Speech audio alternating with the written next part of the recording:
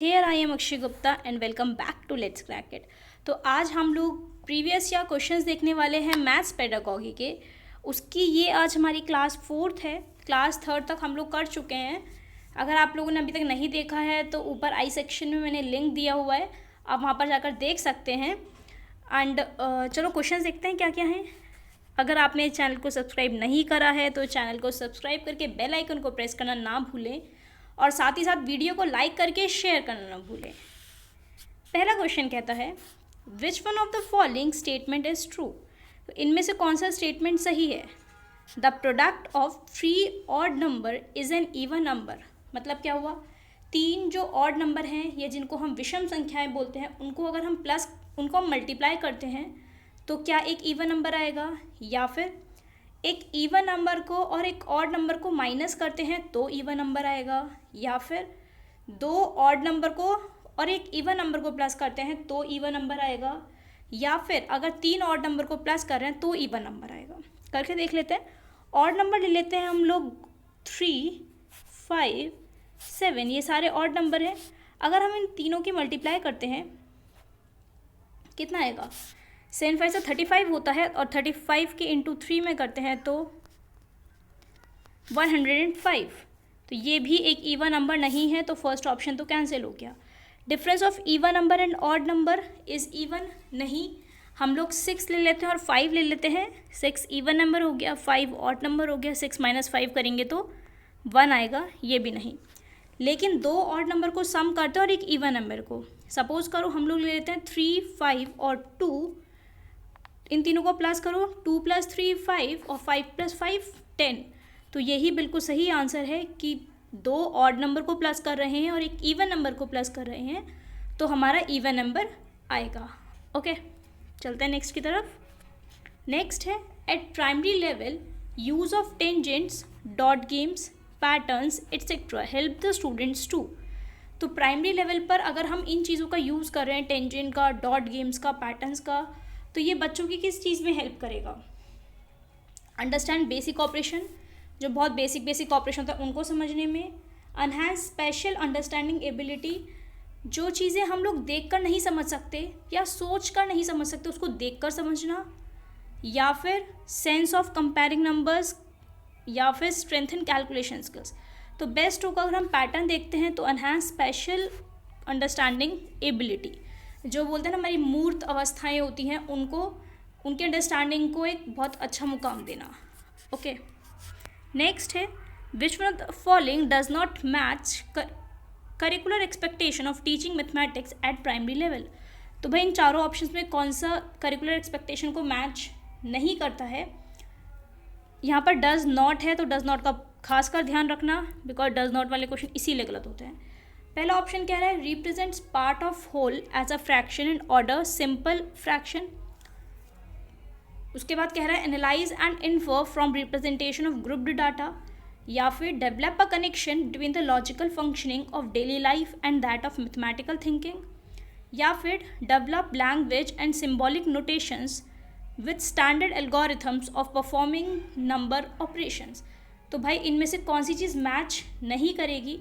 हमें एनालाइज नहीं करवा सकते हम बच्चों को, छोटे बच्चे हैं उनको हम ग्रुप डाटा जो हैं उनमें से एनालाइज या फिर उनमें से क्या डिफरेंस है हम ये नहीं बता पाएंगे उन बच्चों को।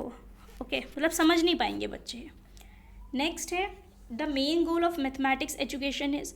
तो मैथ्स का एक मेन गोल क्या है भाई, to formulate theorems of geometry and their proofs independently, या फिर to help the students to understand mathematics, to develop useful capabilities, या फिर to develop children abilities for mathematisation. तो सिंपल सा था कि हमें बच्चों की एबिलिटी को डेवलप करना है मैथमेटिक्स के लिए। ओके, नेक्स्ट है a teacher uses the exploratory approach, use of manipulatives and involvement of students in discussion while giving the concept of mathematics. मतलब क्या हुआ, जब टीचर मैथ्स के कॉन्सेप्ट समझा रही है तो उस डिस्कशन में बच्चों को भी इन्वॉल्व करती है, एक बहुत अच्छे से समझाती है उस चीज़ों को। She uses this strategy to, वो इस स्ट्रैटेजी का यूज़ क्यों कर रही हैं। Achieve the higher aim of teaching mathematics, कि मैथ्स पढ़ाने के लिए एक हायर एम जो उन्होंने बनाया हुआ है कि बच्चों को लाइक मेरी क्लास के बच्चों को इतना तो आना ही चाहिए, उसको अचीव करने के लिए, या फिर develop manipulative skills among the students के बीच में मैनिपुलेटिव स्किल्स को डेवलप करना, या फिर create a certain way of thinking and reasoning, एक सर्टेन वे बनाना कि बच्चा क्या इस तरीके से भी सोच सकता है, इस तरीके से सोच सकता है। Achieve the narrow aim of teaching mathematics, तो सबसे बड़ी बात तो भाई नैरो एम तो कभी होती ही नहीं है किसी भी सब्जेक्ट को पढ़ाने की, तो ऑप्शन नंबर 4 तो वैसे ही गलत हो जाता है। तो इसमें ऑप्शन नंबर 3 ही बिल्कुल सही बात है कि create a certain way of thinking and reasoning, like एक प्रॉब्लम है उसको आप एक या दो तरीके से ही सोच सकते हो, आप ज़्यादा मेथड नहीं लगाओगे उसको सोचने में। ओके, नेक्स्ट है a teacher asks Shailija of class 5th about the perimeter of figures. अब भाई एक टीचर ने शैलीजा से पूछा जो क्लास 5th की बच्ची है कि फिगर, किसी भी फिगर का पेरीमीटर क्या होता है। पेरीमीटर मतलब होता है परिमाप।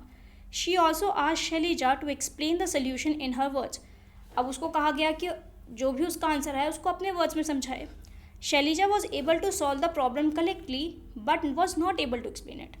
भैया उसने फिगर का पेरीमीटर तो निकाल दिया लेकिन उसको एक्सप्लेन नहीं कर पा रही है। इसका मतलब क्या हो रहा है? Poor confidence level and poor mathematical skills. नहीं, कॉन्फिडेंस तो है, कॉन्सेप्ट ऑफ पेरीमीटर भी उसने अच्छे से समझा हुआ है। Lower language proficiency and lower order mathematical proficiency.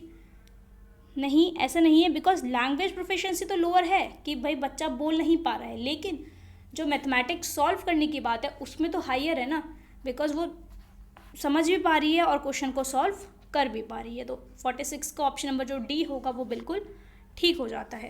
Okay, चलो चलते हैं आगे। The section practice time included in different topics in mathematics text book aims at. भाई जो प्रैक्टिस टाइम सेक्शन होता है अलग अलग टॉपिक्स में दिया होता है, वो किस चीज़ पर एम करता है? Providing fun and enjoyment, fun के लिए नहीं। चेंज इन डेली रूटीन, नहीं। बेटर यूटिलाइजेशन ऑफ टाइम, सोच सकते हैं। या फिर प्रोवाइडिंग एक्सटेंडेड लर्निंग अपॉर्चुनिटीज़, ये ज़्यादा बेटर है कि जो भी लर्निंग की अपॉर्चुनिटीज़ हैं उनको एक्सटेंड करना। ओके, चलते हैं आगे। Formative assessment in mathematics eight primary stage includes. तो मैथ्स में जो फॉर्मेटिव असेसमेंट होता है प्राइमरी स्टेज पर, वो उसमें क्या क्या चीज़ें इंक्लूड होती हैं? फॉर्मेटिव असेसमेंट है मतलब हम लोग को इसमें फीडबैक भी देनी है, सब काम करने हैं, बच्चों की गलतियां भी पहचाननी है, ये भी काम करना है। Okay, identification of learning gaps and deficiencies in teaching, बिल्कुल सही बात है, हमें ये करना है। आइडेंटिफिकेशन ऑफ कॉमन एरर्स, नहीं, बच्चा तो कॉमन एरर्स मतलब मूड के ऊपर भी तो होते हैं ना।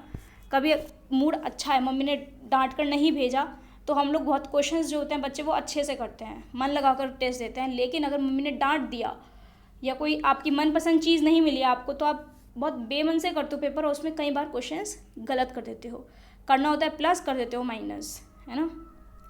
Testing of procedural knowledge, test तो हमें देना ही नहीं है।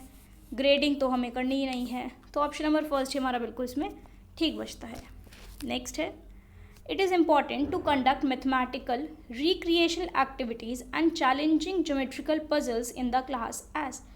तो भाई मैथमेटिक्स की जो रिक्रिएशनल एक्टिविटीज़ हैं या ज्योमेट्रिकल पजल्स को चैलेंज करना, उन पजल को हमने चैलेंज करा तो वो चीज़ हमें कंडक्ट भी करानी पड़ेगी क्लास में। वो क्यों ज़रूरी है? They can create interest in low achievers and slow learners in mathematics. या फिर bring students out of monotonous and boring routines, space to gifted learners, helpful in to enhance special and analytical ability of every learner. तो इसमें यही बिल्कुल सही बात है कि हेल्पफुल होंगे वो, क्योंकि हमें हेल्प करनी है बच्चों की किसी ना किसी तरह से, है ना। हमारा जो नेशनल करिकुलम फ्रेमवर्क NCF 2005 है वो यही कहता है लर्निंग विदाउट बर्डन, और बच्चों को या फिर बोला जाए तो हैंड्स ऑन एक्टिविटीज़, जैसे एक्टिविटीज़ पर हाथ चलेंगे वैसे वैसे बच्चों को ज़्यादा समझ में आएगा। ओके, तो helpful to enhance special and analytical ability of every learner. Okay, next है, Vedic mathematics is becoming popular nowadays, especially amongst primary school children, as it is used to enhance. वैदिक जो मैथ्स है वो आजकल बहुत ज़्यादा popular हो रही है प्राइमरी स्कूल के बच्चों के लिए। वो क्या एनहांस करती है? एल्गोरिथम अंडरस्टैंडिंग, नहीं भाई देखो जो वैदिक मैथमेटिक्स है ना वो मेनली कैलकुलेशन पर बेस्ड होती है कि आपकी मैथ्स की कैलकुलेशन आपको तेज़ करनी है, और कैलकुलेशन तेज़ होगी तो स्पीड तेज़ होगी मेनली, है ना। कैलकुलेशन तेज़ करनी है ताकि जब क्वेश्चंस आएँ बड़े बड़े तो उसमें आप बहुत जल्द कैलकुलेशन कर सकें। तो मेनली कैलकुलेशन आंसर ऑप्शन दिख रहा है हमें, डी ऑप्शन दिख रहा है, तो आंख बंद करके यही हमें आंसर लगा देना है।